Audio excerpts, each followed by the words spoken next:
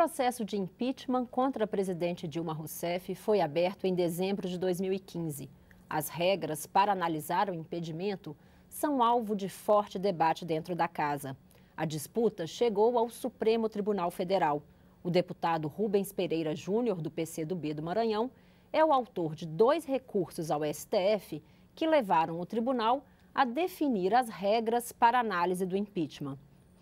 Deputado, bem-vindo à Palavra Aberta. Olá, obrigado. Deputado, o Supremo chegou a definir as regras para análise do impeachment pela Câmara, mas a Casa recorreu ao tribunal. O senhor acha que pode haver novas mudanças? Não acredito em novas mudanças, porque o embargo de declaração do presidente Eduardo Cunha tem como objetivo funcionar como uma cortina de fumaça. O que ele quer não é rediscutir a questão, porque não há nenhum ponto que tenha ficado obscuro nesta decisão. Pelo contrário, ele já embargou antes mesmo de ser publicado o acordo. Então, ele está adivinhando que terá alguma omissão na publicação do acordo.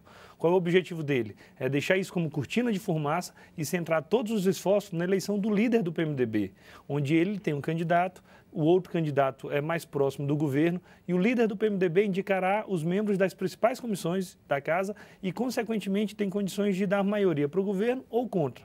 Então, o embargo de declaração terá efeito jurídico quase zero e o efeito que o presidente Eduardo Cunha tentou alcançar é meramente político. A situação foi bem debatida, bem discutida pelo Supremo Tribunal Federal. Deputado, há um grupo de parlamentares que acusa o Supremo de estar interferindo indevidamente na Câmara, exageradamente na Câmara. Como o senhor vê essa crítica? Primeiro, o Supremo não atua sem ser provocado. Ele foi provocado para ser resolvida uma questão. Qual era a questão? O rito do impeachment tramitando na Câmara não estava conforme a Constituição Federal. Por que não estava conforme? Em primeiro lugar, porque o presidente Eduardo Cunha não queria. Ele inventou diversas regras, diversos pontos, e estava aplicando ora o regimento, ora a lei, ora a Constituição. E ele não pode escolher qual aplicar em qual momento. Ele tem que seguir à risca o entendimento da leitura da Constituição e da lei. Segundo ponto é que a Lei 1079, que trata do impeachment, ela é de 1950. É uma lei muito antiga, que, consequentemente, hoje ela está omissa em vários pontos, defasada, desatualizada. O Legislativo foi omisso também. Nós não alteramos essa lei. De 1950 para cá, ela teve pequenas alterações em 2001 apenas, em 2000, perdão. Apenas em outubro de 2000. Então, é lógico que essa lei não acompanhou a dinâmica da sociedade. A lei não acompanhou as mudanças na Lei de Responsabilidade Fiscal, nem da Constituição Federal, nem no Código de Processo Penal. Como o Legislativo sucumbiu à missão de atualizar a lei e surgiu a ameaça de lesão de um direito, nós, do PCdoB, resolvemos questionar no Supremo sobre o que pode e o que não pode na lei do impeachment, na lei 1079. Então, o Supremo foi provocado. E reparem, antes, em períodos de graves crises políticas e jurídicas como essa, isso era resolvido na bala ou na espada. Hoje não. Hoje a gente atravessa a Praça dos Três Poderes, recorre até o Supremo Tribunal Federal, o Supremo decide e todos nós respeitamos. Então mostra o amadurecimento das instituições. Eu prefiro assim. O Supremo é provocado, ele responde na medida do que foi consultado e nós acatamos a decisão. É ele que tem o direito de interpretar a Constituição ao pé da letra. Deputado, agora ainda existe um grupo grande de parlamentares, as frentes parlamentares de agropecuária, evangélica e da segurança pública apresentaram inclusive uma moção de repúdio à decisão do Supremo e questionam o fato de que há normas no regimento interno que poderiam ser aplicadas para o impeachment, como a eleição da comissão, e que deixaram de ser levadas em conta pelo Supremo. Como o senhor vê essa crítica? O Supremo fez uma opção por uma jurisprudência defensiva. Ele se defendeu enquanto instituição. O que foi que o Supremo decidiu, neste caso? Ele disse, apliquemos tudo o que valeu no rito do impeachment do Collor. Tudo, absolutamente igual, sem uma única mudança. Lá em 92, teve voto secreto? Não. Então o Supremo disse, agora não pode ter. Lá em 92, teve eleição da chapa? Não. Os líderes indicaram e foram aclamados. Então o Supremo disse, agora tem que se repetir. Lá em 92, a decisão da Câmara foi definitiva? Não. O Senado teve que autorizar depois. Então o Supremo se defendeu, porque se agora o Supremo dissesse que as regras seriam outras, aí a gente ia perguntar, mas Supremo, e em 92, o impeachment do Collor foi justo? Foi correto? Teve com base a Constituição?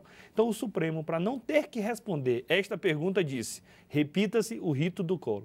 Então não há nada de novo na decisão do Supremo, tudo que valeu no impeachment do presidente Collor valerá agora neste processamento, e o que tinha fora disso, que era justamente as invencionistas do presidente da Câmara, isso foi barrado e está afastado do processo. Com regra clara, nenhum de nós tem medo dessa discussão política do impeachment. O Supremo só poderia ser chamado para discutir as regras do jogo. O jogo é jogado no campo da política. A decisão cabe ao Poder Legislativo. Câmara autoriza e o Senado julga. Deputado, e no campo da política, como está a estratégia da base governista para enfrentar esse processo aqui na Câmara? A posição do PCdoB não foi de ser um advogado da presidenta Dilma. Ela vai ter oportunidade para fazer isso. Nós estávamos defendendo as regras do jogo, porque o que estava andando aqui na Câmara era claramente, flagrantemente contra a Constituição. Voto secreto não é conforme a Constituição. A eleição, desvirtuando a indicação dos líderes, também não é de acordo com a Constituição. E a palavra final, ser da Câmara, também não é o que está escrito na Constituição. Então, nós do PCdoB atuamos, neste momento, defendendo o que está previsto na Constituição, a bem ou mal. Ninguém pode ser processado e julgado sem que antes tenha bem claro as regras do jogo. É o que está na Constituição. Isso feriria a separação dos poderes, isso feriria o princípio da ampla defesa e isso feriria o princípio da reserva legal. Então, a nossa defesa, neste primeiro momento, foi para ter clara as regras do jogo. Do ponto de vista político, com as regras claras, afastando a interferência indevida do presidente Eduardo Cunha, eu não tenho medo desse julgamento no momento oportuno. A gente ainda não discutiu o mérito. O mérito será julgado depois que der oportunidade de defesa para a presidenta, depois que a comissão especial atuar, mas o que nós não poderíamos permitir é que as ilegalidades que estavam acontecendo continuassem. Deputado, para a gente esclarecer para quem está assistindo, o que vale, então, decidido pelo Supremo, é que haverá indicação dos líderes para essa comissão especial com uma votação simbólica no plenário. E se houver a rejeição desses nomes pelo plenário? Essa é a discussão que o ministro Barroso tentou conceituar. Quando ele fala que a comissão é eleita, a primeira palavra que identifica o eleita é de escolhida. Quem deve indicar os membros nesta comissão do PCdoB? É o PCdoB, a sua líder, o seu líder, ou é a maioria do plenário? Essa é a discussão. Nós entendemos que para você respeitar a proporcionalidade da comissão, o PCdoB tem que indicar o seu membro. Então, quando o plenário veta algum membro, a proporcionalidade estará quebrada. Por isso que mais importante que ser escolhido pela maioria ocasional é ter a proporcionalidade respeitada. Só a única forma de se respeitar a proporcionalidade é que cada líder faz as indicações e essas são convalidadas num acordo pela maioria. Sabe outro exemplo que é assim? Na comissão do recesso. Este ano nem teve, mas normalmente durante o recesso os líderes indicam e são eleitos por aclamação aqueles deputados que irão representar o Poder Legislativo durante o recesso parlamentar. E não há graves discussões, não há questionamento se é rejeitado ou não. Então qualquer tentativa de interferência nisso, nós entendemos que fere a Constituição e foi absolutamente o que aconteceu em 1992 no rito que cassou o presidente Collor. Deputado, e como vai ser a escolha de presidente e relator dessa comissão?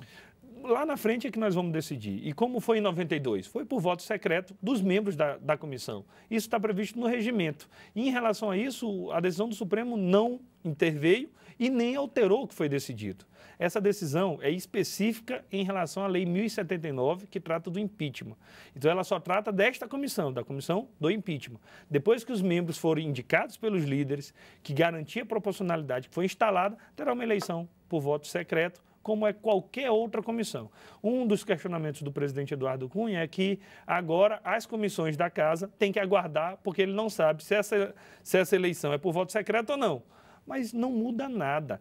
De 93 até hoje, todas as eleições de comissões foram por voto secreto. E nenhuma foi questionada no Supremo ou em qualquer outro lugar, porque agora seria diferente. Então, a DPF, que discutiu a lei, restringe-se apenas a esse objeto. Nós não estávamos discutindo nada em abstrato, nós estávamos discutindo a Lei 1079, a lei do impeachment.